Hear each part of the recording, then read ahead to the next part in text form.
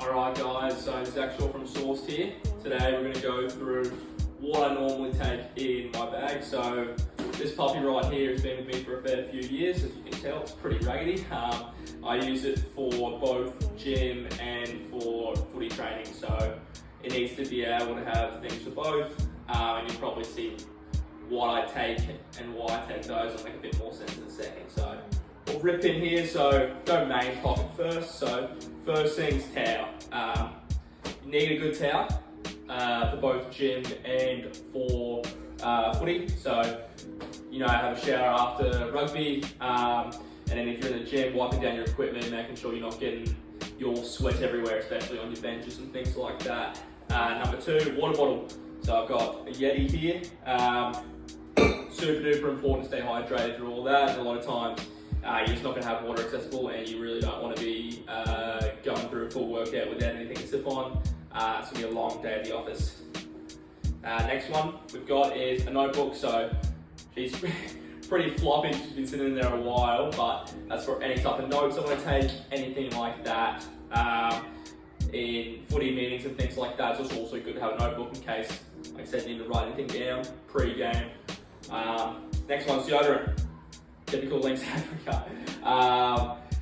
So obviously you're gonna have a shower with your towel and things like that. You also just don't want to be smelling disgusting if you're gonna be around other people at the gym or post-game and things like that. Next one's ball pump. I'm not even sure if that works at the moment. It's just another thing to have. Do have balls I carry around with me in my car for training sessions and things like that. So if any of those are running flat and are in need of repairs, then you've got your pump there handy, ready to rumble. I'm pretty sure that's it, unless I get tricked for that main section. We'll move on to the front zipper. There's nothing in this top zipper here. I just don't see the need for it. So a couple other things for your golf ball. Great for rolling at the bottom of the feet or any small kinks, especially around your rear delts, shoulders, things like that, or if you need to get into quite finite areas, just for rolling and trigger pointing, releasing. Pen for the notebook, pretty important. Kind of need one most of the time, so just a fine line Sharpie there. What else we got? Mouth guard. I'm not going to open that up because you hear the rattle or something in there, but it would be disgusting if I showed you. Once again, super important for rugby and things like that. Kind of like your teeth, also reduces concussion risk in rugby.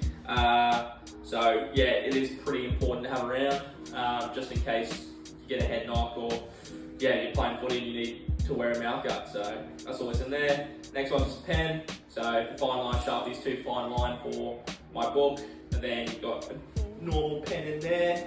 And that should almost be it. A whistle in case I want to pretend I'm a referee on a day. Or I do any coaching with some juniors, so just another piece of kit that you got in there. We'll go down the side. There's nothing in this right side, but on the left side, got a bigger trigger point ball.